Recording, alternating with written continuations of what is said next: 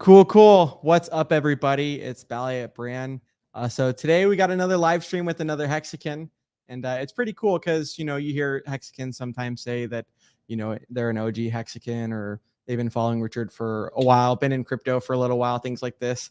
And so really cool and excited to interview Max, who's another Hexagon that's been following Richard once again since early 2017, and some of these other things too. Has a pretty cool background. So without further ado, let's get into the intro. If anyone has any questions for myself or Max or any talking points that you guys might want us to cover, just let us know and we'll try and get to it. So without further ado, let's do the intro. Be sure to hit that subscribe button. Be sure to like, be sure to share, be sure to comment. Yeah.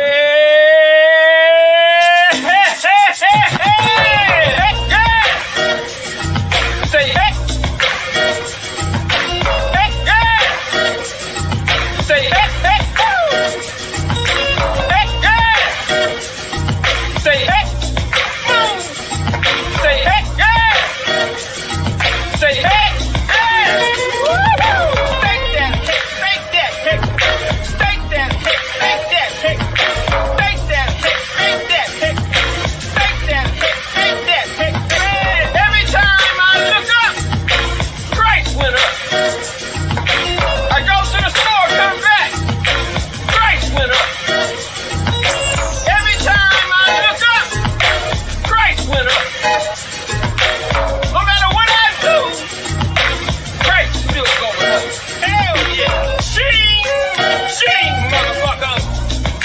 Ching. I am the book. Ching, motherfucker. I just keep hitting jackpot after motherfucking jackpot. We still jackpot, bitch! Thank you, Richard, for creating and founding the most amazing and disruptive financial technology cryptocurrency ever. Thank you, sir. And nice streams, Mr. BallietBran. It's fabulous.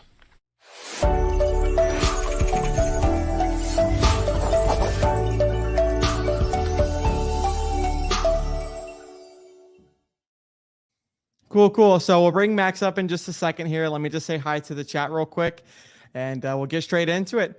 We got Junior USMC, Vets in Crypto, says, let the countdown begin. Share this out. Let's go. We got Salmon. Let's go. We got Magnus. Evening all. My life is awesome. Lit. Hey, bro. How's it going, dude? Much love to the hammer. We got Jerry Oaksmith. I know him and myself and Max and two other Hexagons. We're just hanging out here not too far away. Davis saying huge pump happening now. Yeah, it's let's see, Uniswap, Hexavision. It's really cool to see, right? Pump City, right? 17.6 cents. We got Biff and S, my man. Good afternoon, good sir. I hope you're well and kicking ass as always. Yes, sir. Yes. We got Craig, Jen Hex, my online ghost, and the one and the only Paba Laba. So Max, just give me a little thumbs up in the background just to verify we're all Yep. Okay, cool. All right. Yeah, Davis, dude. I've been following the same thing. Ken Wheeler, Wayne Steiger, for about over 5 years. And tell you what, man, knowledge is power, right? Without further ado, let me bring on Max. His website and his Twitter channel are in the description below. So let me bring up Max and we'll just find out a little bit more about him. Hey, yo. Max. Hey, thanks for coming on, man. I see the necklace, and I know SJ, Reed Sci-Vive. She was you guys were doing a stream the other day, and I thought it was pretty cool because not only is she very knowledgeable, but you're very knowledgeable too, and it's cool that what Richard's doing kind of it goes back it goes past just crypto and finance, but some of these other things too. So that was pretty cool to see you on her channel.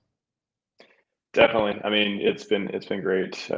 Just hanging out with SJ lately, just talking back and forth. I met her just a few weeks ago, and just being able to riff on Sci-Vive and just talking about more than even crypto with Richard, as you said. I mean, we talked about this at the last meetup. It's like, I mean, been following Richard since 2017. It had very little to do with crypto when I started following. It was just the self-development stuff was awesome, and then he was into crypto and I was getting in. I'd not been in for very long at that time. So I thought, okay, this guy sounds pretty smart. He said some controversial things, and funny enough, it's like I feel like I'm always the one looking for the people who are on the ground, know the truth about certain things. It's funny to mix him up with that and the marketing angle. He actually drew me in for something I never thought I'd be attracted to. And then once I got in, I really started seeing what he was talking about made a lot of sense and a lot more than anyone else was saying. So that was super cool. But yeah, so I've been sci-vibing like crazy lately. As you see with the blog posts, like I really did some. I spent hours and hours and hours, and I'm like, man. Sometimes when you get into a project like that, you go, why am I doing this? Why am I doing this? I'm like, because I've been on a wisdom journey for a while. I've been trying to get healthy, wealthier, wiser, all that stuff. And sci-vibe is just one of those ways that I can't, even though it's thick reading at some points, so full of gems and nothing but stuff that'll help you. So super been into that lately. Yeah, it's so cool. I mean, knowledge really is power, and the wonderful thing that Richard's always talked about is like, yeah, I mean, you see it sometimes in trading courses or mentor courses and things like that, where people are charging a hefty and pretty penny, right, just for some of the information. But I love the idea that you mentioned with the hidden gems in sci-vibe, and there's so many smart hexicans like Glenn, who I've streamed with a couple of times. He even wrote a book a while back ago, and he had sent it to me recently. Like him and I chit chat probably once a week on the phone for a couple hours. But this was his book that he's written, and that's Glenn there in the corner. But just so many smart people, and you mentioned as well kind of the the health, and the cool thing about it too is kind of just both overlapping the health, the wealth, the community, kind of just trying to be the best version of yourself every day. I think if it was just Richard and crypto, I don't know if I would have hung on this long to listening to him, to watching him. I mean, consuming literally every piece of content I can get a hold of. There's a lot of stuff he doesn't even post on Twitter that I'll just be searching YouTube or searching online. They're like, oh, is there anything new? Like anyone talking about a new Richard podcast that he just didn't promote for some reason. And yeah, I always try to pay attention because every time there's usually something I can take away, news related, or just again, just like little nuggets here and there, because he's dropped so many things over the years. So it just makes it even better that he literally, funny enough, this kind of maps the sci-vibe of, you're connecting all these things in your life. You're connecting the power, money, respect, longevity, all these things, wealth, happiness, they all work together and compound each other. So who is better to, like, if you want to be rich, if you want to be happy, if you want to be successful, if you're ambitious, driven, if you want to do, have more than ordinary, Joe has, who's better to follow than Richard? Like, who's going to give you more than that guy? I've never found anyone. And yeah, I'm a proud Richard Hart maximalist, not Richard Hart crypto maximalist, although that's kind of goes along with the territory. It's sort of a superset of the maximalism, but it's not just about crypto. It's about that guy he can make a difference as far as how you think and how you behave in a healthy way.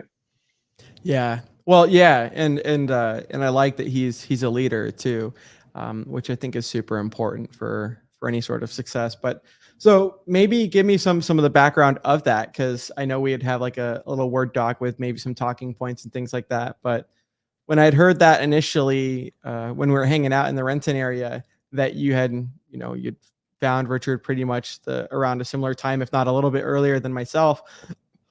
Sorry, can you maybe explain how that happened?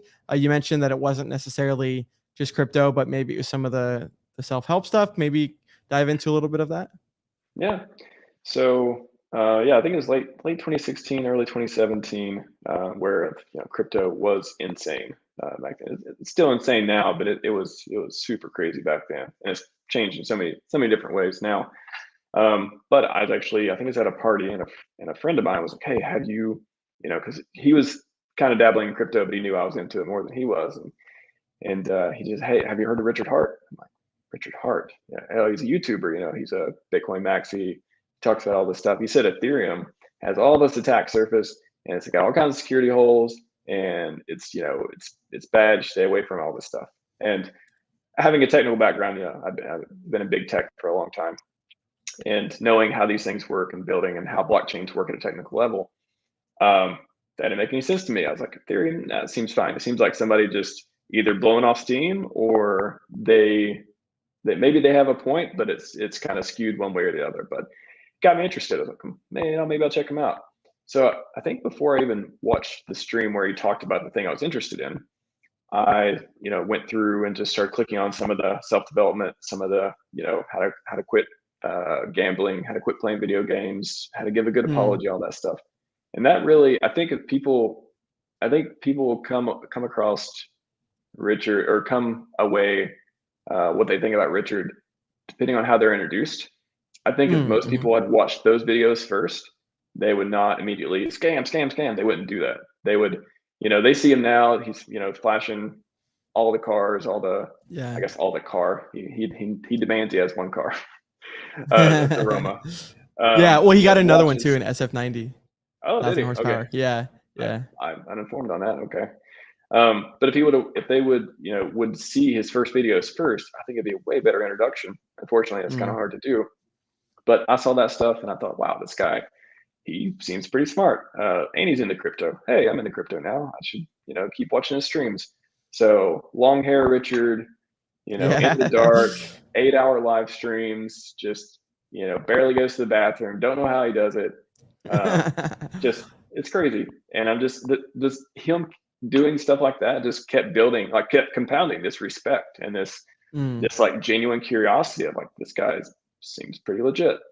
So when he started talking about making his own token, because he was out of spite pretty much, like, everyone else is getting rich and making all this stuff, I'm going to do it so much better. The classic Richard. Totally. I thought, oh, okay, interesting. So that was CFD token first. Most people don't know that, especially if you're new, but CFD token with the scientist, David, something or another. I think the site's still up somewhere. It is. I'm gonna share the screen just for those that haven't ever seen it, because the other day I was like, oh, I actually never even went to the website, and guess what? The website still happens to be up. So he doesn't delete much, if anything. There you go. You're right. Computational fluid dynamics, CFD token.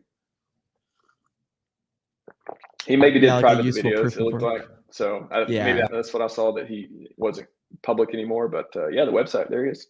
David Brown. There you go. Well, and how cool is that? Yeah, I mean, it was a cool idea. I mean, I think it was something, just speculating, obviously, I don't know Richard personally, but it just seems like something for him. It was an easy entry. There was a problem that needed to be solved. Everyone, there's some, I think, folding at home.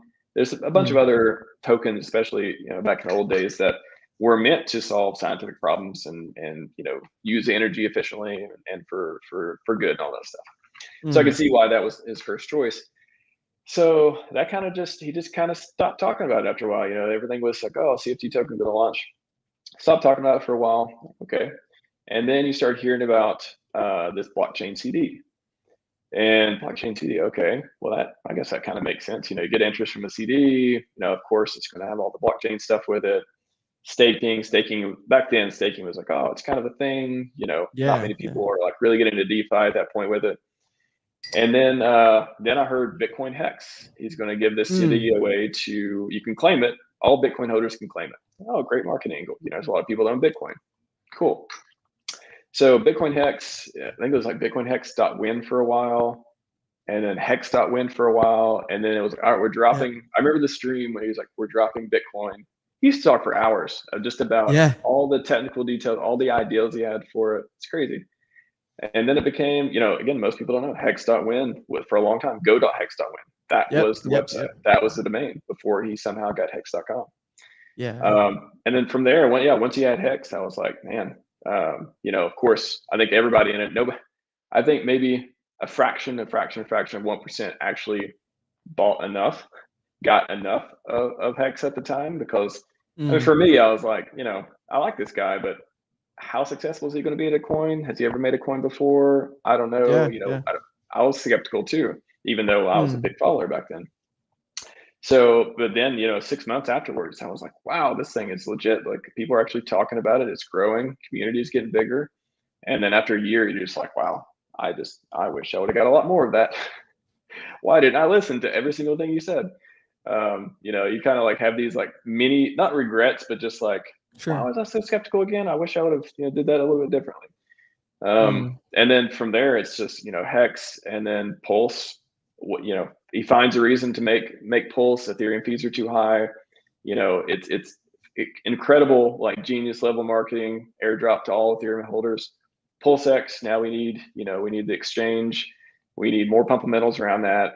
Again, I think everything is made to pump Hex. I think Hex is his baby. Yep. It will always be the baby. It will be the golden goose forever.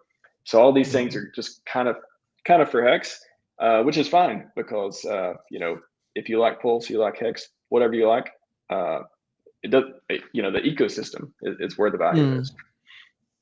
Yeah, no, and that's exactly what I was going to agree with as well, is that I do consider it an ecosystem and not just, they're all like different branches of the same tree. So let me ask you something, because everyone's kind of been introduced to Richard via different avenues and things like this. For me, it was people talking crap on a Reddit subreddit forum. But you'd mentioned that you were at a party, kind of like a summary for those that didn't hear the beginning. So you're at a party. One of your buddies was kind of talking to you about Richard, that Hayes and crypto and some of these other things too. Is that buddy? Is he Mexican? Is he still? Do you guys still chit chat every now and then, or what's? That's a good question. So no, we're actually still good friends, even better friends than we were back then. And he was always really big into Monero. So he's still. I have to limit myself of how much pressure I put, but I've been like, man, sell all your Monero. It ain't making shit, and buy Hex. Yeah. Like, I don't know how many different ways I can say this, but I don't know. He did sack for Pulse and PulseX, I think. Nice. I think both of them. I did get that out of him. I called him. I was like, man, I don't ask you to do very many things, and I wouldn't do this if I didn't have skin in the game. But if you have any extra money, if you want to turn any other crypto into something, I do believe in this project. I think it's going to be out of this world. And Richard, I keep using Richard as a reference. Like, you introduced me to Richard. How are you not, how do you not have that connection, even, a fraction of what I do? But it was just one of those serendipitous things of like, he just had been a casual watcher. He introduced me. And then funny enough, he made me into that person to always remind him to go back to Richard, after it's been 5, 6, 7 years. Well, and I know you're a security guy, and I know, whether it's people trying to find out like 0-day exploits or like the Monero and things like this, I would be curious what a technology basis of the, like, say, because Richard helps fund Tornado Cash. Like, if you can look in Google and see the audits of who kind of contributed, and Vitalik contributed, Richard, and then I don't even know how many other people. But so you've got kind of like a security basis background. Do you have any input or any knowledge on, say, like the difference between the two, right? Say like a Tornado.cash or something like the Monero, because obviously it sounds like your buddy might be in it for kind of like that tech or the privacy aspect, maybe. Yeah, I think, well, I mean, I wouldn't say he's super like on the ground as far as knowing like what's what, technical differences, things like that, because he's not into tech. He's in the medical field. Okay, sure. Yeah, but I think he originally got into it because of privacy. I mean, I think he strong believer, of privacy, all the amendments you can count on one finger. Sure, and all those. So I think that was what attracted for him. As far as the differences, I would say for security and privacy, I would make a distinction in the way that Tornado.cash could have a security bug, for example, that lets people take down the site or track someone when they should be anonymous or something like that.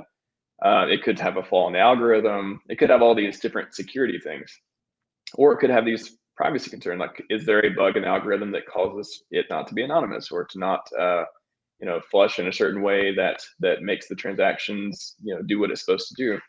So there's different levels of analysis there. I think for example, when I talk about VPNs, I'm always trying to separate that, because VPNs can give you privacy, but they don't do anything for your security.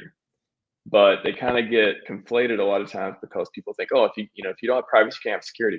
I totally get it, right. But that's like a theme instead of like an actual difference on the ground. So Tornado.cash, I don't think I've actually used it before sure. in that way. So I'd have to look at the technical details behind how it works. But I mean, yeah, that's kind of been my career in the industry is breaking down, like looking at how things work, and then trying to pick and see what can go wrong, and then test those assumptions. That's basically the fundamentals of security. Is like look at the attack surface, look at the design, see how it works, and then see how you can exploit it or hack it or whatever, and then just go at it. So maybe explain a little bit more of that, because yeah, I've heard Crypto Kool-Aid, right, talk about the same thing in the past, kind of, yeah, trying to break things and things like that. But can you maybe yeah, tell some of the viewers that are interested, that maybe want to hear more about your story. I think that's awesome that you've been in for such a long time, and that you mentioned as well, where like some people might be less passionate, or you had mentioned that your buddy that had introduced you to Richard was kind of just passively following, or maybe not as actively, things like this. But then for someone like yourself that really got into it, can you maybe explain some of your background? I think when you and I were talking, you had mentioned that you've got like a computer science degree, maybe something like that. Yeah, I mean, computer engineering type degree, and that's what I've been. Yeah, I've started my career and in tech, and now I've been doing a lot of consulting and trying to I was on the Hex community jobs website offering services and stuff there. Yeah, I really want to support those guys. So yeah, I mean, I started my my career in tech doing security, and that kind of evolved. I think that was helpful in the way to understand crypto, because I could understand systems design. I could see like how blockchain works, how consensus works, all this stuff. And there's actually a lot of really interesting security that goes into blockchain, because at the end of the day, it's software. Software has bugs, or can have bugs, and pretty much anything complex has bugs at a certain point. So just being able to, a lot of times, again, just on the VPN angle, for example, a lot of the bugs, a lot of the ways you get hacked is not from not using a VPN. Like, VPN doesn't keep you from getting hacked. It hides your IP address at best. Why you'd use a VPN at home, I have no idea. Because unless you think your home network, unless you think someone's outside attacking you and is on your home network and attacking you, I don't know what it's doing other than hiding your IP address. And I mean, you can use a proxy server for that. It's free. Don't have to download any software or nothing. So like the privacy angle, VPNs, and then as far as like how people actually get hacked. So using Windows, I hate to break it to you, but if you're using Windows, you're using the biggest malware ecosystem on the planet. Even from Windows 95 to Windows 10, 11, doesn't matter what they do. If there's ways for you to do something on your computer, there's ways for someone else to figure out how to do that on your computer as well, including, steal your data, change your passwords, all that stuff. So that's why I tell people a lot of times, some of the easiest and most boring security tips is just don't use Windows, use a Mac. Macs are unaffected by a lot of different bugs, not because they're more secure, because they're less targeted. So I've heard that before. Okay. Yeah. I mean, the Macs are just, nobody's routing malware for Macs, because there's 1% of Macs in the world versus 99% Windows. Of course, there's a percentage of Linux and other stuff too. But yeah, if you do have to run Windows, if you need to run Windows, just use VM software on a Mac. That's what I would say. You're going to be super secure, super more secure if you do stuff like that. And then the other like super boring advice, but actually works: keep your stuff up to date.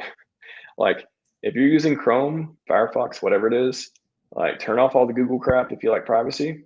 But just keep it up to date. That little window that's red that says update, and restart.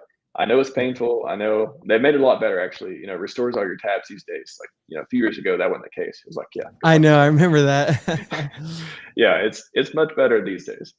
But yeah, just trying to avoid Windows, keeping your browser up to date. Don't click on and run stuff on email. Like, don't, like the best advice for your parents, for example, grandparents, just give them an iPad.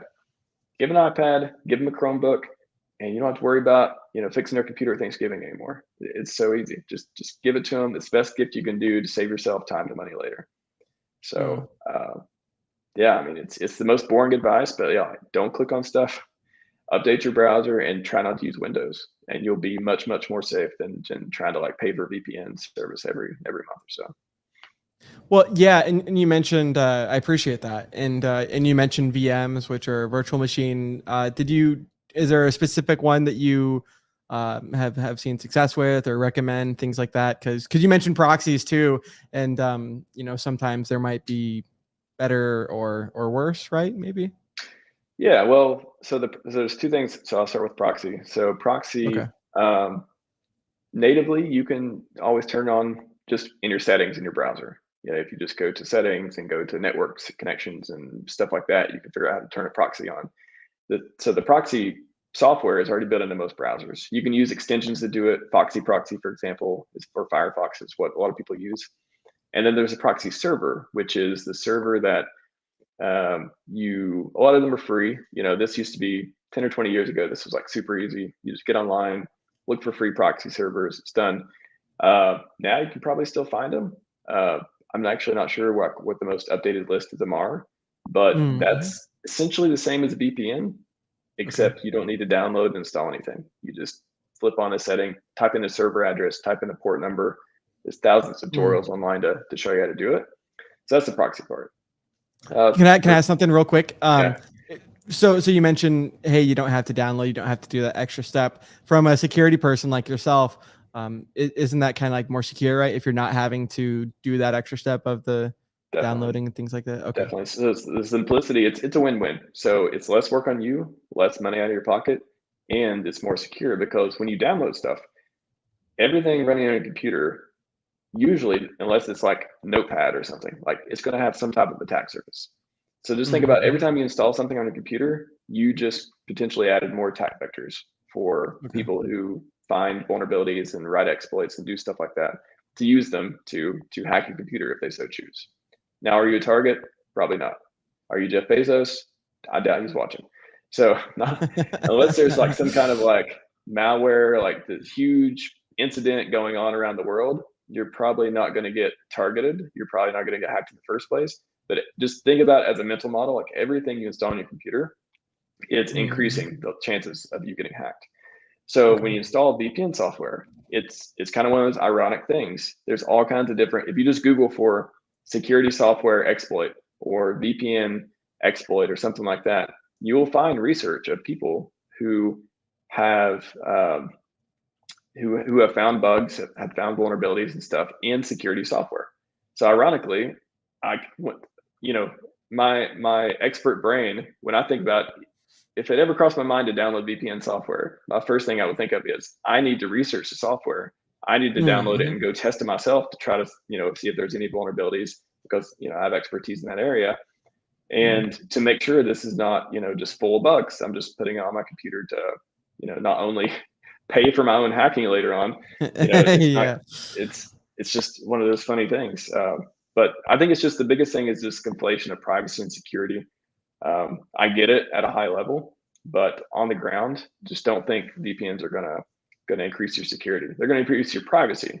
Now, Okay. if you're traveling, now I'll tell you when to use a VPN. If you're traveling, you got a coffee shop, you're in a country that blocks all your stuff, whatever.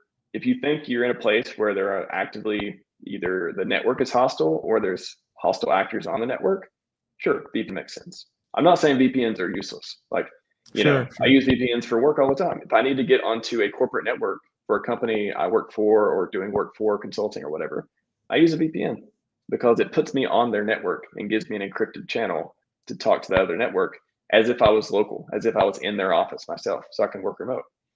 But if you're not working remote or using a VPN to talk to a corporate network, and you're not traveling at a coffee shop, whatever, if you're at home, I cannot think of a single valid reason to use a VPN other than if you want to change your IP address, and all you got to do is find a proxy server out there and change your browser to use that, and you got it for free.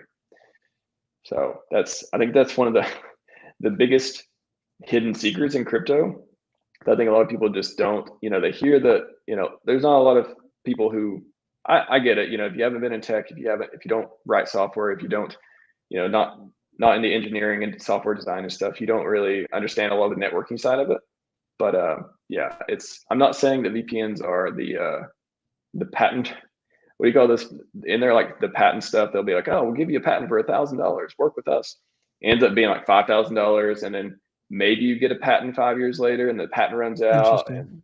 it's kind of, I'm not saying it's that level, that scammy, but it's like they're using the marketing angle to definitely take advantage Yeah. of ignorant users who shouldn't. You don't need to know the difference. It's not you're not Sure. expected to know the difference.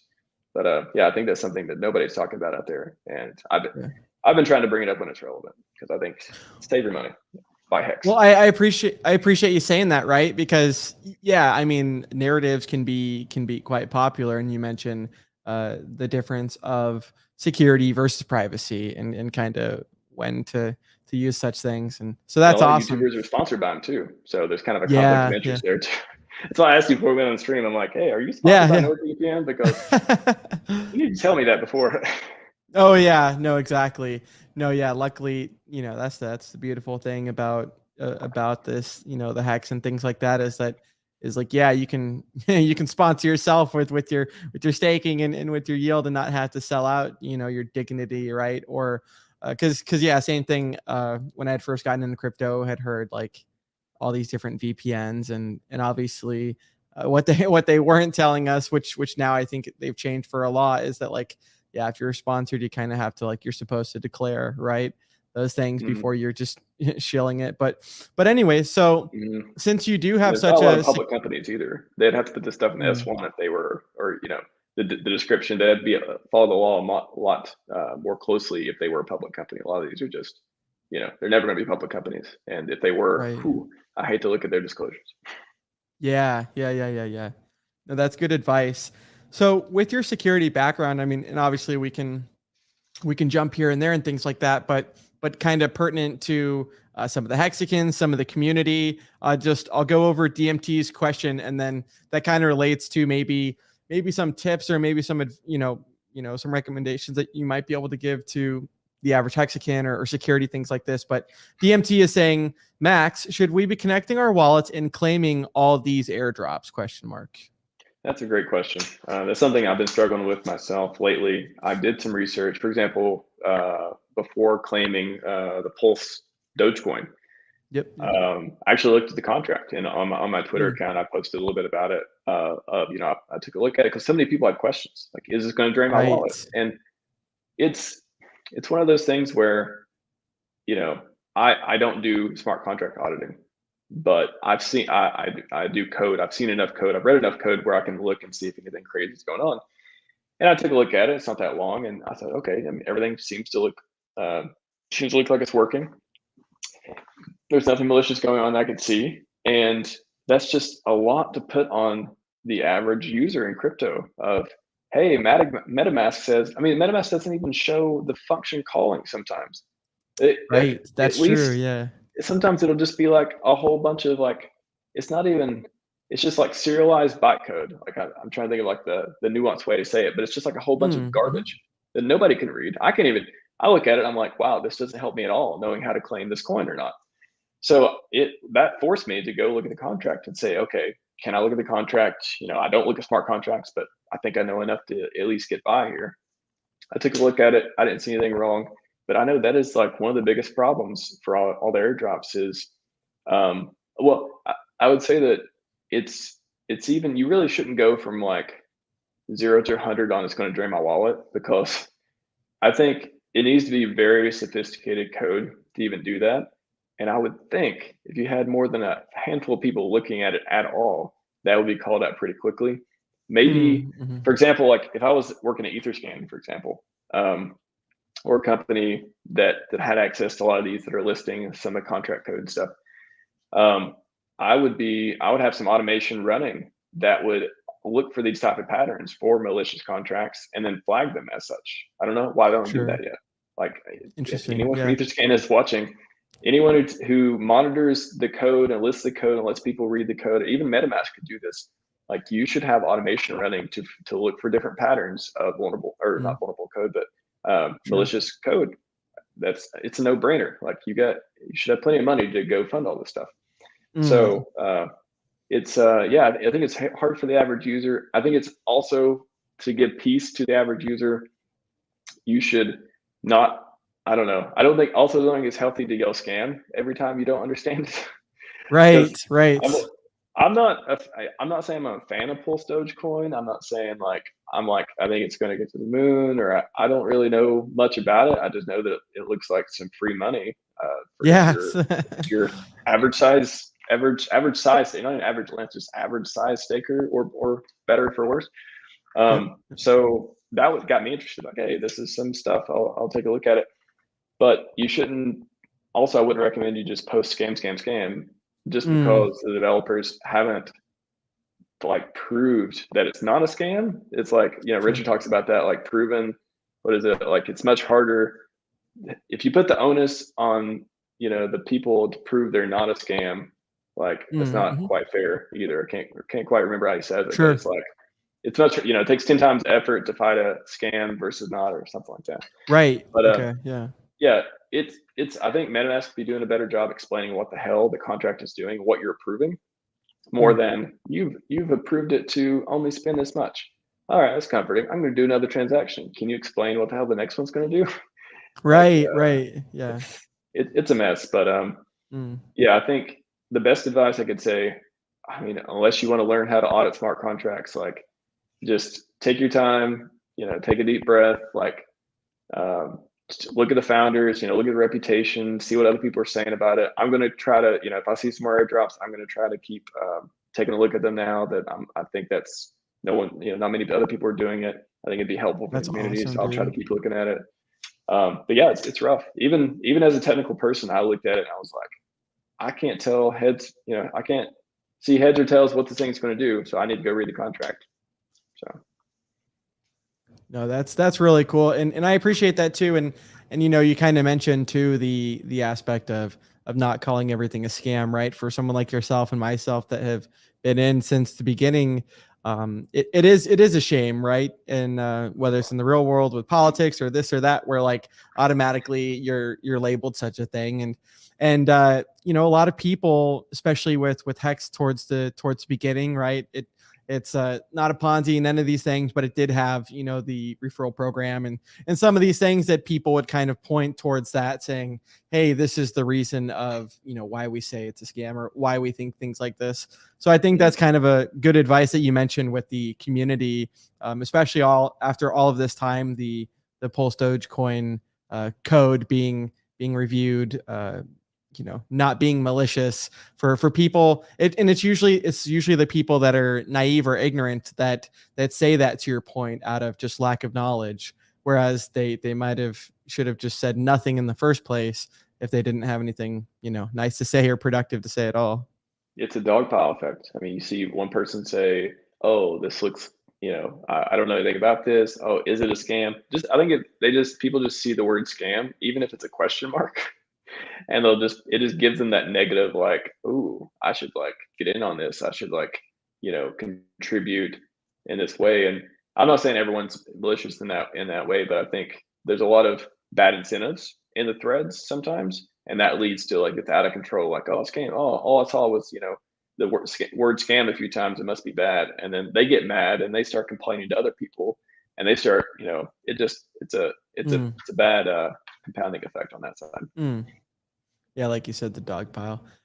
So once again, would like say with crypto, right? Would you recommend? And that's actually really good advice that you have with the wallets, right? I know Richard says that he wants to make his own wallet, so maybe Mhm. that's some input that he could listen to from the devs and from some of the community. But maybe as far as like other security goes, would you ever suggest people look into like a hardware wallet and some of these other things for say crypto, or because your average Joe, they're going to just metamask.io and they're setting up a wallet. Can you maybe from your security background and standpoint go over I don't know, just kind of best practices? Would you say that a hardware wallet is pertinent and that it's a must, or maybe some extra details in that regard? Yeah, I think I would say hardware wallet or paper wallet. I Hmm. think they both have trade-offs. Hardware wallet, anyone can, you can Google right now for Trezor, Ledger, hack. There's if anyone get physical access to your hardware wallet, it's game over. The vendors, they just cannot figure out a way. And it's hard. It's a hard problem to solve. Like being in security, like I can understand why they cannot make it unhackable if you have physical access. Because there's so many things going on. It's a big problem in the industry. So physical access to either one, you're kind of screwed. The reason I like paper wallets a lot of times is just because they're simple. You don't have to trust anything. You don't have to plug anything in, things like that. So I don't think I'm alone. I think a lot of people, even if they're saying they're using a hardware wallet, or even if they're not talking about it, I feel like a lot of people are doing paper wallets, either with physical paper or they're, metal. They have like a bunch of different cool styles now where you can like punch out metal and you can, scribble, make sure if you're doing a paper wallet, the ink's not gonna fade. You need to like take other precautions, different kinds of like heavy duty lamination, all that type of stuff, and put it in a place where you're not going to lose it. It's not going to get stolen. House is not going to burn down. Duplication is key in that way. Redundancy, having multiple copies, all that stuff. So it's kind of like an OPSEC thing anyways. On the hardware wallet though, I think what is cool is that from a security perspective, it's like this really, really small attack surface computer. I mean, it's literally like this baby operating system in the form of a USB key, essentially. And you plug it in, you can't run Chrome, you can't run email client, you can't do any of that stuff on there. So a lot of things I talked about were people, like the most likely ways for people to actually get hacked, out of date browser, running Windows, clicking on links. You can't do any of that with a hardware wallet. So for your average Joe or average Jane, it's hardware wallet is the thing that, is cool. It reduces your attack surface like by a huge margin. It makes sense in a lot of ways.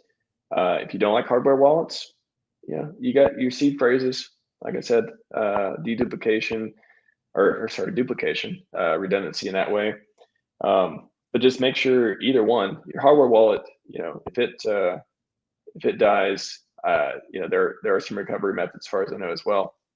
But it has a lot of advantages. They both have trade-offs, but I would say do not assume your hardware wallet is unhackable, because again, there's probably more than one very cool video on someone just getting the seed phrases from a hardware wallet just by having physical access. If someone steals it, don't want to be there.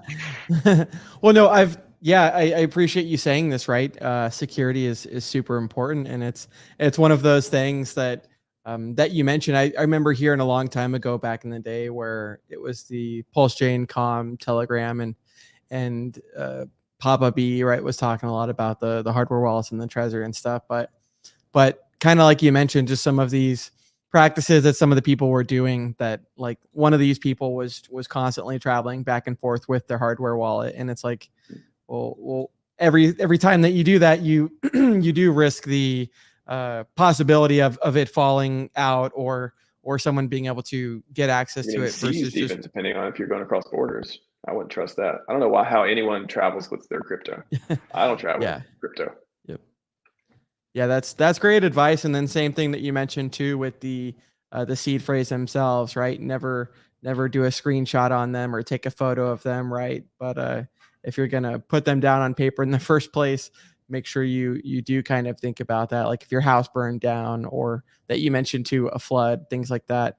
A lot of people don't really consider those things, but they're things that you might want to consider, right? Because usually it's the $100 that the person has in crypto that they're like, oh, well, it's just $100. That's not the end of the world if that went to zero or if that got lost or stolen. But then we know how quick sometimes the price itself can appreciate, where say if that $100 becomes, $1,000 or $10,000, maybe it's a little bit more serious for that person to actually consider.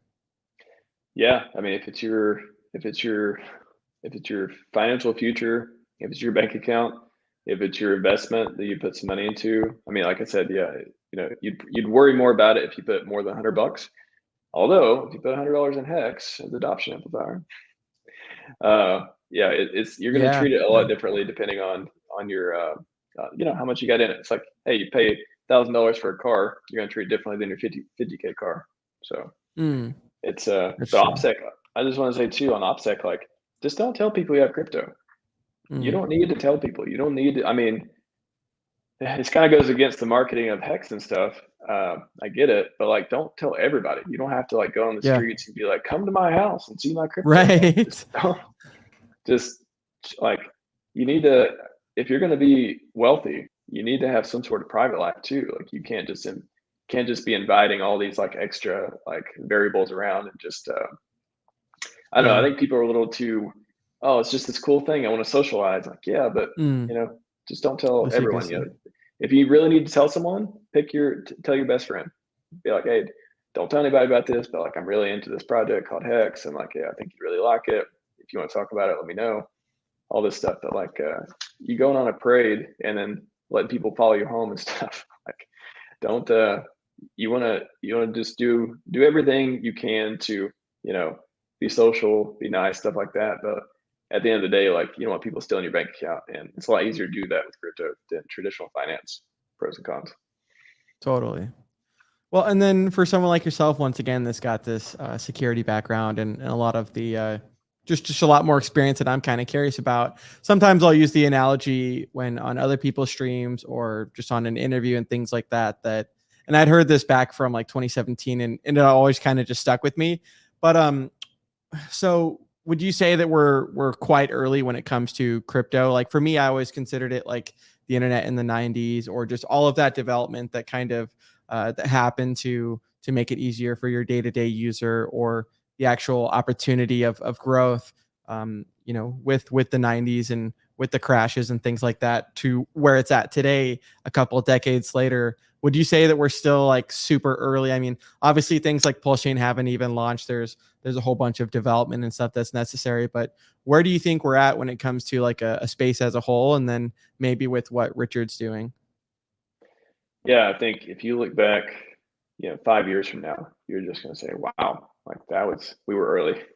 But I think if you look 15 years from now, it's going to be a different perspective. So if you think of your life in 5 or 10 year increments, you can always look back and say, oh, I can't believe I was doing this at this time, or, oh, that was so new at the point, or, oh, I didn't know anything about that.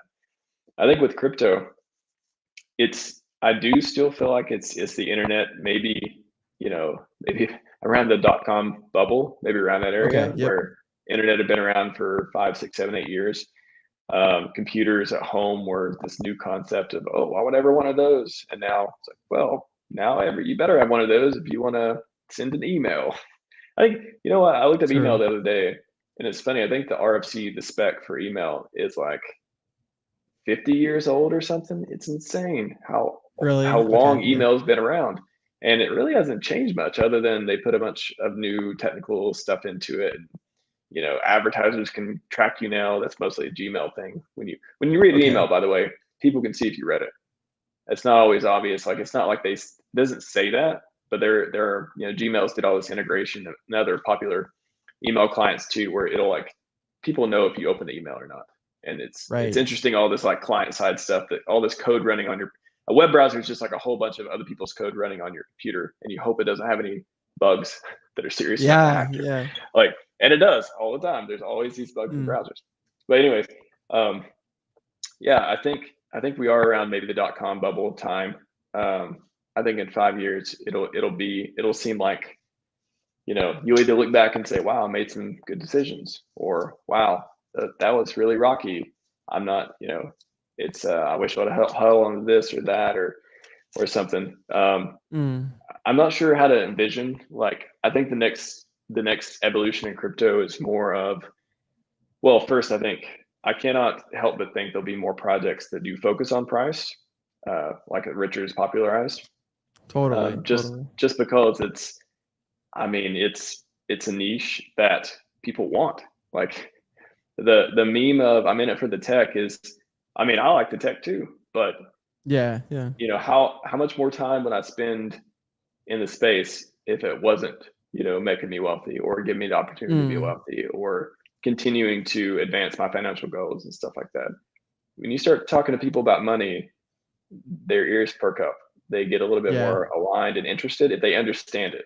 Now, the problem today is most people don't understand this. They don't care. They got all this stuff going on in their lives. They can't even get in the first they can't even get in the door to even begin to understand what crypto is, until they start getting paid in it, or until they start seeing their favorite athletes and their favorite people in the world start actually True. using it and sending it. And which I think that's kind of been the evolution in the past couple years, has been all the sponsorship, all the crypto.com arena, all the I think the first step is getting the consciousness, getting it into people's consciousness where they giving them the reason to care about it. And then once they have a reason to care about it, then if you set it up in a way to make it easy for them to get it and use it and make it actually something other than this internet gambling thing, this internet money, like this just like weird sort of, I don't get it, there's these tokens, what the hell is going on? If you make it more than that, then we can get into the next phase, which I think is happening. And if you were to put it into 2012 to 2020, maybe like this first era, 2020 or 2021 to like 2025, 2026 is the next era that I think we're in the beginning of. And that's where things start, people start putting the money where their mouth is. Like Wall Street's getting in.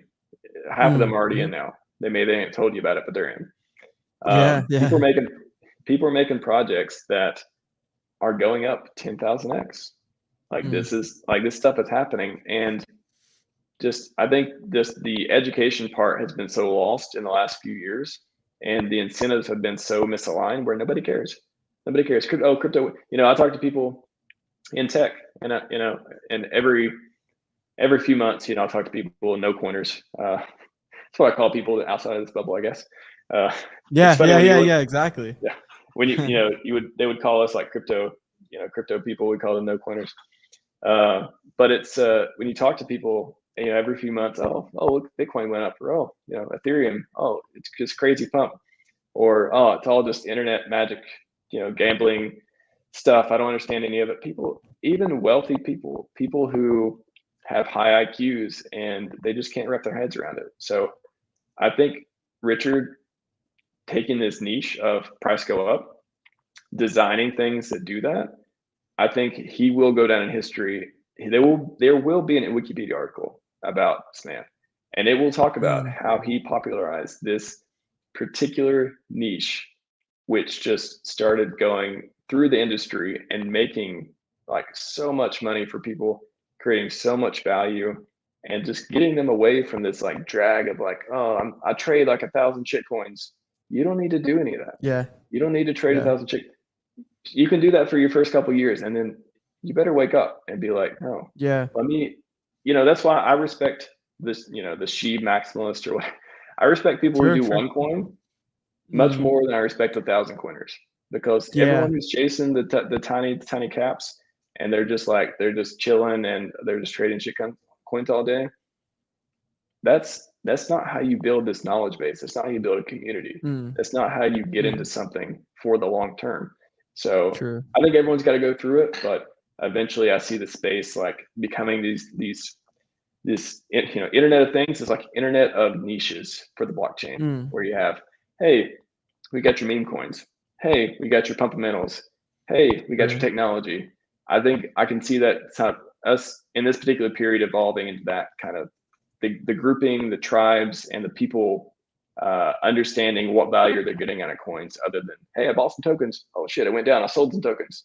That's all it is today. But I think we're moving in a very we're moving slower than I thought we would, but we're moving in that direction. And yeah, I would definitely agree with that when you kind of mention slower than you thought we would, but then progressing and advancing. I think things like Pulse Chain is quite tremendous too, that you mentioned, where some of those people that maybe are trading a whole bunch of things like this all the time, where they are getting that tremendous value from the actual airdrop itself. That's pretty cool. I mean, we saw how successful it was for the airdrop to, the Bitcoiners and things like that. But then when you take the whole system state itself and you do the world's largest airdrop, I think that's going to garner a whole bunch of attention. And now Richard's got the verification on like the little check mark on Twitter and on Instagram and things like that. So Yeah, dude, I know, right? It's like finally, so that's pretty exciting. Yeah, I was gonna say, I don't know if we talked about like retire. I don't think we did at the dinner, but I did want to mention, again, not sponsored by Rocket Dollar, nothing like that. Sure. Yeah. But I had a really good experience. Like it really opened my mind. I had this aha moment with just being able to take my retirement or take part of it, you know, just take these traditional assets and move it into crypto. I think that's one of the biggest things that I've seen that I just could not believe. That's actually something that happened much faster than I thought it would.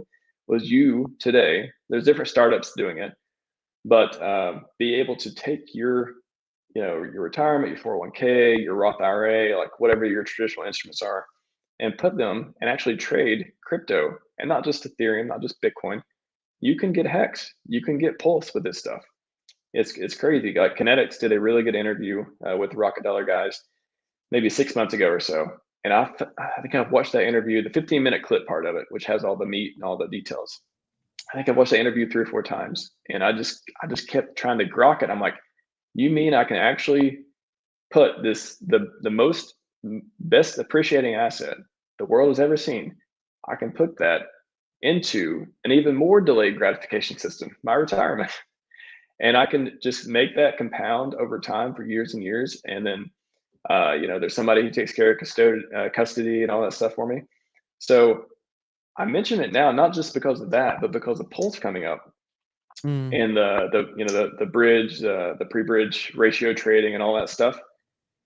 You can actually take, so when you trade stuff in your IRA, you trade, not a financial advisor, not tax advice, none of this stuff.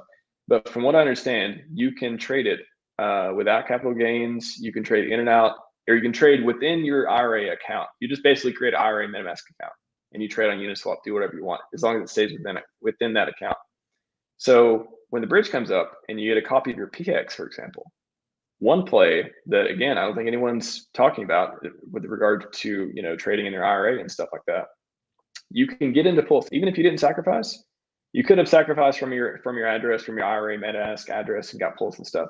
But if you already missed that, such as I did, there's an opportunity. If you have Hex in your IRA now and you get PX and you want to trade it to get Pulse X, whatever it is, you can do that, and you can have not only have Hex in your IRA, you can have Pulse X, whatever tokens you want from there, and have that for and like set your future self up to thank you, and to be like, oh my God, I made such a good.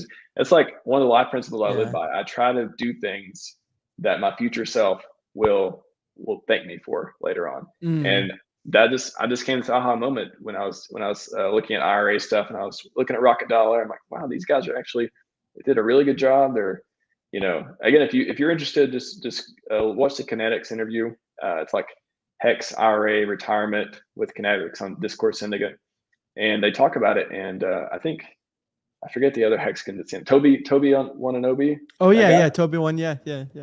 Yeah, he I think he did it. He's a customer of Rocket Dollar as well, and super happy about it from what he talks about too. So yeah, again, not sponsored by them or anything, but I just found, after I found them and I saw the process, went through everything, I just cannot believe I can put Richard Hart ecosystem into my retirement. Like, to me, and you can, so you don't have to do it forever. It's not like you cannot touch the funds. That's a good thing about a Roth IRA. You can trade. It's a self-directed deal.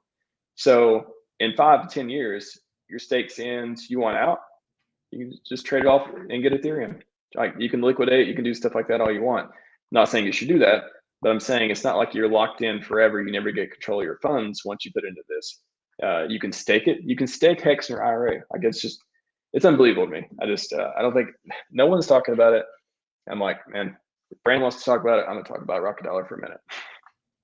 Yeah, well, and it's so true. And Junior USMC, I'm gonna put it in the description right now. I found the clip, so let me put that in there. That's the Discord Syndicate clip, and you're right. I mean, if we are going to be building the secondary system, or you want people in general to be able to participate, then yeah, you do need to make it easier and not have more steps but have less steps. So you're totally right, where kind of like almost like this grayscale with Bitcoin, or kind of that co-mingle and integration with things that people already have, the IRA and things like that. Yeah, and so I mean, there's the Hex Investment Trust. There's like a whole bunch of institutional instruments that are going on with Hex. It just brings more eyeballs, gets more exposure, gets more investments of stuff you buy, you never sell. The IRA thing is just like this self-directed, like, hey, if I could put anything in my portfolio for the next 10, 15, 20, 30 years until I'm 59 and a half, whenever it is, if you want to withdraw without penalty, what would I put in it? Would I put the best, most appreciating crypto in the world? Would I do that? I think I would. I think that's a good idea from my own personal experience and advice. Yeah. Yeah, it's true. And I heard so it was Funding Jim and it was Brandon from A Million or the Moon, or Million to the Moon. And Funding Jim was saying with that Hex Investment Trust that like trillions of dollars can go into that. And you mentioned with the rocket dollar and things like this is just more more control and more pressure to what's kind of like a coiled spring that I really think is just poised to explode. I mean, the Hex price lately has been we got Junior USMC saying buy pressure on Hex, loving it all. You've got a whole bunch of people that are definitely starting to see the legitimacy. It's amazing. It's literally, I think, people will talk about the fundamentals. They talk about Richard designing this genius system, all this stuff. It really comes down to, I think the biggest angle for Hex, for Pulse, for everything he designs is take away the selling pressure. Like, just make a way to either lock it up, or even with the party tokens and stuff, hey, sell those. Don't sell Pulse X, sell the party tokens. It's like the whole diversion of not selling the appreciating asset is just, I mean, it's next level. It's no other product is doing the things that he's thinking of and implementing. Like, ideals are cheap, but he's actually taking these things and putting them. I just think all this, there's a lot of the details and a lot of the genius gets lost in these high level conversations. And, oh, Hex is going to the moon and all this stuff. But literally, if you look at it, it is a extremely well designed, like it's not just a marketing thing. Like, this is a product that it's as if someone took all their best ideas for creating something that only appreciates over time and a long enough time scale, and they put it into a product. And that's exactly what it is. So at a technical level, extremely awesome. At a marketing level, you can't say enough good things about it. If you're calling it a scam, at this point, I think you're just misinformed. I think you had a preconceived notion that you're hanging on to because you feel embarrassed if you change your mind. Because I don't see it. I don't see it. I want to see it. I'm always looking for the ground truth. I want to know exactly what the deal is with this stuff. I don't see it. No, that's awesome. And then, speaking of kind of wrapping up and kind of transitioning just a little bit, because I guess Richard's going with the ladies of Hex in like 55 minutes. But you kind of mentioned, and I'm gonna link that too. It's a Discourse syndicate, so we'll link that before we go. But you mentioned something that, and I saw you on with SJ Reed Sci-Fi, but getting to the ground truth and things like that. Can you maybe explain like some of your story when it comes to early on, like whether, because I see the self-development, self-improvement, stuff like that. Have you always kind of been into that, or something that particularly motivated you to continue learning more? Because obviously people that are continuing to do something, they either want the truth or they're motivated and passionate about it, or combination. Yeah, no, I think I've been on this quest for probably, it's been maybe 3 or 4 years now, where I think it literally happened around the time of Hex. So was that 2020? So yeah, I think right before then, probably like a year before Hex, I started thinking, hey, this crypto stuff, it could make me wealthy one day. Like, I don't feel like I know enough about finance. I don't feel like I know enough to keep myself out of trouble as far as making good decisions and having good judgment. I want to get better as a person. I want to have better relationships. I want to, argue less with my wife. I want to just be I know I could be better. I feel like I have potential to go beyond where I'm at, where I was, 3 or 4 years ago. So I want to get there. So how do I get there? Well, one skill that I have is being able to, if I decide I'm going to do something, I just go deep into it. I read everything I can. I consume everything I can. If I really want to do something, I will try my best to get it done, and like by whatever means it takes. So if I'm going to spend all my time and effort on something, it happened to be just gaining wisdom, like Yeah. gaining knowledge around how the world works, mental models, how to think about things, how to get past some of my own struggles and own problems, Sure. like Sure. how to not overthink things and like really be effective, in my work, in my creativity, and in the things that I write and think. Um, so it started from that. It started from just wanting to be the best version of myself. And I can't say that without saying cliche, but like that is like literally at the most basic level. I knew I could be better and I want to be better. There was no like crisis. There was no, hey, my family hates me or something. There was no Sure. like Sure. Sure. there's no like bad breakup or nothing like that. It was just, hey, like I think if I want to like not screw this up, one day when I'm able to, really have some power and wield some influence, when I'm wealthy, healthy, wise, like I want to be the best version so I can act upon that and make good decisions. Mm. So I started the quest with Naval Ravikant. That's like the other person I talk about when I'm talking about wisdom and stuff with, when in regards to Richard and Sci-Vive. Naval Ravikant, I mean, one of the best books ever read, and I've read/listened to it as an audiobook several times. The Almanac of Naval Ravikant, like amazing. If you're ready to go down the path of getting better and smarter and just like knowing the difference between what matters and doesn't, that's a fantastic book. Any podcast he does, any materials he has, he's like an angel investor from Silicon Valley, but he Oh, has the cool. spiritual side. He has this just like super deep, like you can't get it from anywhere else type of wisdom, just through his own personal struggles and influences and deals and stuff like that. So that, and then I started really getting into sci-fi. I was reading sci-fi unedited, and it was extremely Yeah. hard. It was Oh, it very, is a very, very nightmare. hard. It was. I remember being on an airplane and just like, oh man, like this is. I'm just reading it. I'm trying to read it. I'm trying to get through it. I want to like, what do you need to do on an airplane? You need to waste some time. Okay, let me make the best out of it. True. Let me at least like consume something interesting. So I did that, and then the book came out. Ahex did the first audio recording, I think, on YouTube that I came across. I listened to all of it there, and then SJ was like, "Oh, I'm going to do a recording with my beautiful voice," and Yeah. Yeah. hers is great. Yeah, I can't. I mean, again, I want to give credit to the original, the first audiobook people who made the robot voice very listenable. But yeah, it's there's not a better one than her version at this point. It's just super Yeah. smooth. She does a great job. So I think I just came to the conclusion, like, if I'm going to become wealthy and I'm going to I'm going to evolve into this next, person, this next better version of me, I need to Mhm. be as smart as I can be. I need to learn. Like, I need to stop thinking I know things, have an open mind, experience and consume all this different content, and then start writing about it. Like, I don't just read. As you can see, I have the blog, and I've got several posts on various different areas. I need an outlet for my thinking. So that's for me. It was naturally, once I came out of the shadows. I've been following Richard forever, but literally just had a presence with the community the last 3 months or so.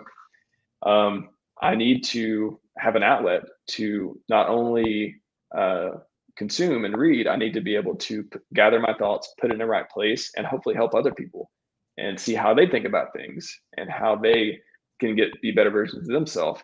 And that's Mm. what I tend to do when I'm tweeting, and I'm tweeting about like either self-development, atomic habits, mental models.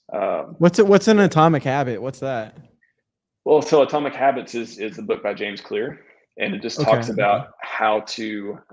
He just got a whole bunch of good quotes, and just basically how to optimize your life for being like these really good habits and stop doing bad habits and stuff. So I Yeah. kind of just say Atomic Habits as in how to optimize your life for really good habits. That's kind of what it means to me. But yeah, great book, Atomic Habits, by the way. Yeah, so I just wanted to be, I want to be like, okay, when I do come into wealth, I don't want to screw it up. I don't want to give it away. I'm not buying a Lambo. I may change my mind. I may change my mind. You know, if I really get that rich, I may change my mind. But I have no plans for a Lambo anytime soon. I'm the person who, I want generational wealth. I want to be able to take care of my friends, my family. I want to be, you know, I want to do good in the world. I think Pulse Promise by Crypto Heartbeat is another thing I'm very interested in. Just being able to set some pulse aside and, you know, just don't touch it, do some good with it, kind of hold yourself back to like transform it into the societal good later on. That's really interesting to me. But I think just the motivation, it kind of went hand in hand, like, okay, crypto and Richard for that matter, you know, they kind of are these two complementary things that both motivate me to learn, consume, write, create. And they almost influence each other because, you know, I can have more power, influence all these things if I have wealth. But if I'm not wise and use my wealth wisely, I'm not going to have those things either. So they're complementary in that way. And they're extremely motivating for someone like me who just cannot stop until I get excellence. That's what drove me down this road. And I'm so glad that I did. I feel it's not that, you know, I'm ashamed or embarrassed or whatever of my myself 3 years ago. I'm just so different in the way I think about things, so much more healthy. And so I hope to be contagious in that way. I hope I can be that kind of influence in the community as well. Yeah, man. I mean, that's exciting. And you're definitely right too, that what is wealth if you don't have your health? And a lot of people are saying that in the chat too. Or that you mentioned too, that what is your, you know, your wealth ain't going to be sustainable if you're not wise. And if you are frivolously spending a lot of your money and things like that, I mean, it can burn up really quickly.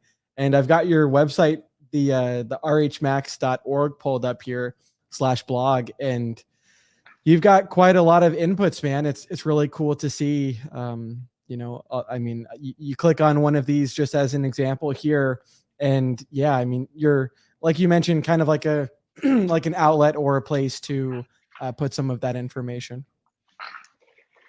Yeah, I think reading, writing, and creating are just the three things that you can get yourself to be in that mode of like productivity.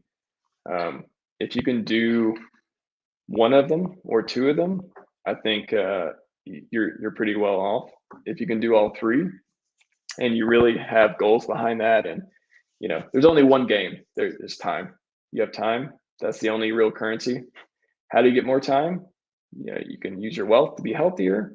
You can use your wisdom to make better choices. All of these things relate back to time, and then longevity, of course. It's a very segue for that. So that's the game.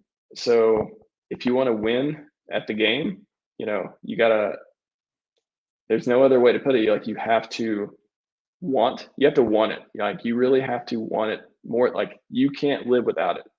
If you want something where you can't live without it, you're going to do it. You have to make it a priority.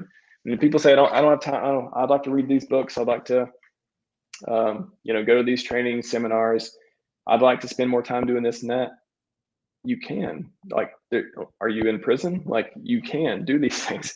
Like, it's just you're not making it a priority. I don't have time just means it's not a priority. So once you make it a priority, that's when you start making progress. Yeah, that's awesome, man. And couldn't be more true from what you're saying, right? A lot of us tend to make excuses for things that we say that we want, but then don't actually start achieving and working towards. So if you do, then maybe you'll stop saying that you want it so much and actually start putting in some effort and results towards that. And you mentioned too, like the writing and things like that. That's been a huge thing for me that I've been doing consistently for a while, but lately, especially with the Gym Rat Cryptos Challenge or just other things that I want to do as far as breaking things into maybe like because like he's got like a 90-day challenge and it's like, okay, well, Mm. what am I going to do on a daily basis for the first 30 days or the first week to kind of set that up for the success, as opposed to not having a plan that you're kind of just, you know, shooting blindly for. But that's really cool, man. I love to see it, and it's awesome to see the SciVive stuff too, and in the development. We've got a whole community and group of people that are just super bright and very knowledgeable too. So let me ask you a question. What do you think Richard's plan is for, you know, let's assume he has billions of dollars now. If he doesn't have them now, he'll have them later, whatever. What do Sure. you think he's going to do with it? You have any idea? Yeah, I mean, so I know that he's talked about a lot, like even in SciVive, right? You know, give people the money, power, respect, and things like that. But it seems that, I mean, from what with either the Sens donations, right, that he had kind of helped via the incentive with Pulse Chain. I mean, from what he says, at least, just kind of parroting from what he's saying, it's like developing the medical technology, right? Yeah, I mean that's what I would Like say. saving your That's what ass I would fund, believe. right? Yeah, I mean he said it a few times in streams. Medical research. Yeah, I think again on his Wikipedia article that will be written one day, and it will be very, very, what do you call it? Not endearing, but it'll be very bright and powerful Sure. and truthful. It will not only talk about him as a, you know, crypto. Yep. So in 5 years, 5 or 10 years, I think people will think of Richard. More people will think of Richard as a philanthropist or a foundation creator. You know, the Hart Foundation. Imagine how cool that would be. Yep. You know, Yep. Hart Foundation for medical research. Oh yeah, dude, I love that name. He's gonna be say. I mean, he's literally gonna be saving. He says it. You know, it's easy to scoff. Oh, Richard's saving people. He's always saving. I think he's literally gonna like save people. I think he wants to go down in history as the person who made this difference for medical research longevity, who did that through crypto. You know, by creating this following, creating this tribe of people, this community of SciVivers and Hexkins, and Pulsekins, and PulseXkins, and partiers, whatever. I think he will go down as the person. He will have accumulated enough wealth to make sure that progress is made on increasing health span, and us living longer lives, and in the process creating a ton of people who believe in his ideals and will continue. You know, like if you're him, you know, you know, he may not live long enough to see all the benefits of the research. He may live to see, you know, some of them, but you know, I'm sure he wishes he was 20 instead of, you know, 40 or whatever. Sure. He, being able to have the technology and make that kind of impact, I think that's what he wants. He talks about, oh, I spent like 10 years playing video games. He wants to go down as one of the greatest people ever lived. And what better way to do that than literally saving people's lives, and people remembering you, not as a scammer, not as a marketing genius, not as like these things that may be true or false and whatever, Sure. not as the best person in crypto, even though he is right now. He wants to go down, glory. I mean, I wrote about it in the blog post. If you read the glory blog post, if you don't read any of my blogs, read the glory one if you want to understand what I think about how Richard works. He wants glory. He's already rich. He ain't gonna rug pull anybody. What's he gonna get? More money? He already has enough money. He wants his reputation to be pristine and clean as far as helping people. And he wants to be known as the person who did it all. And call that selfish, call that vain, call that whatever you want. It doesn't matter. The means to an end. That's what it is.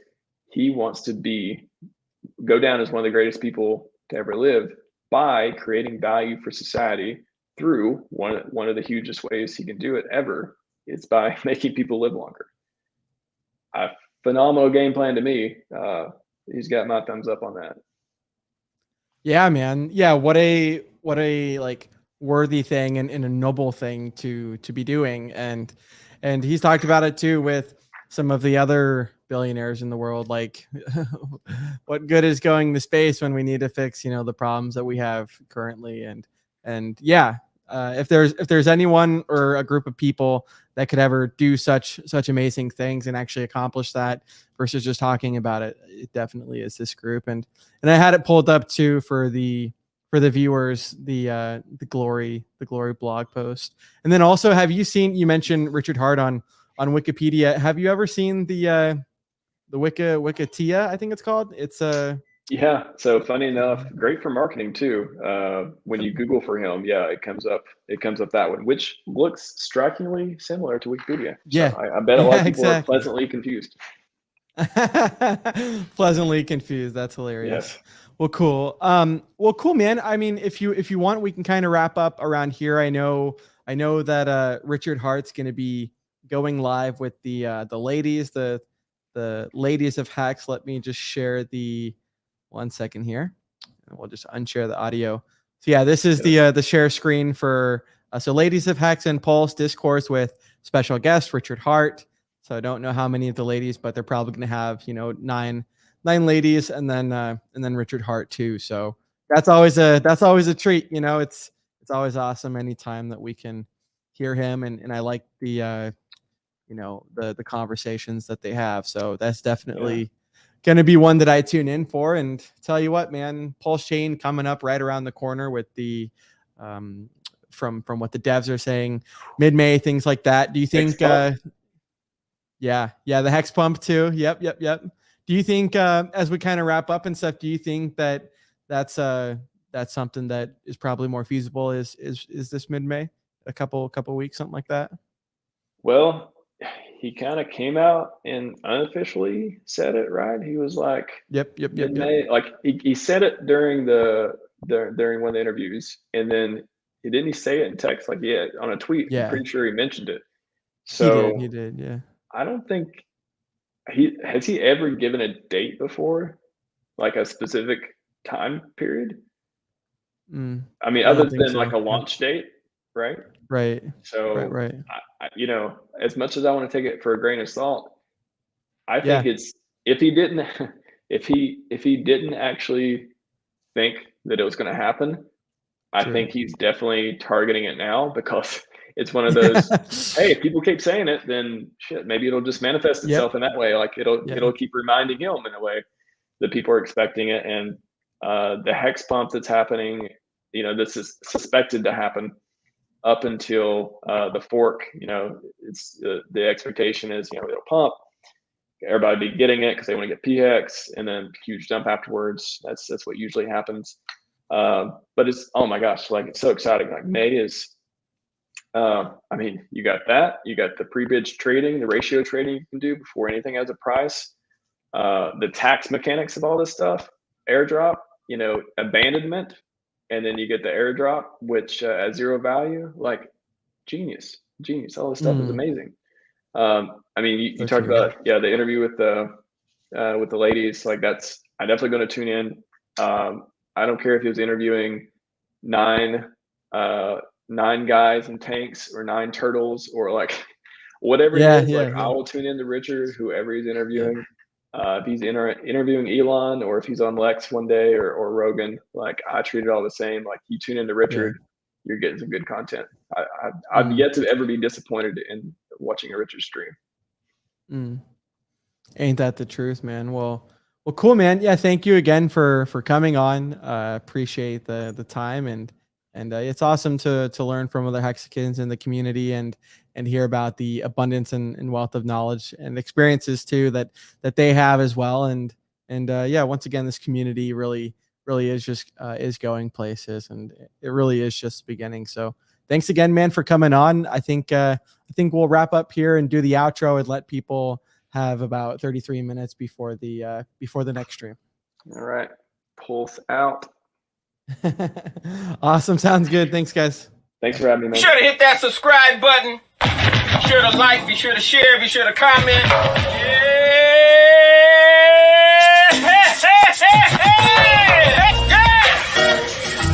Say hey. Say hey, hey, woo. Hey, yeah.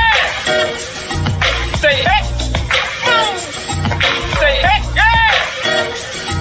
Say hey, yeah.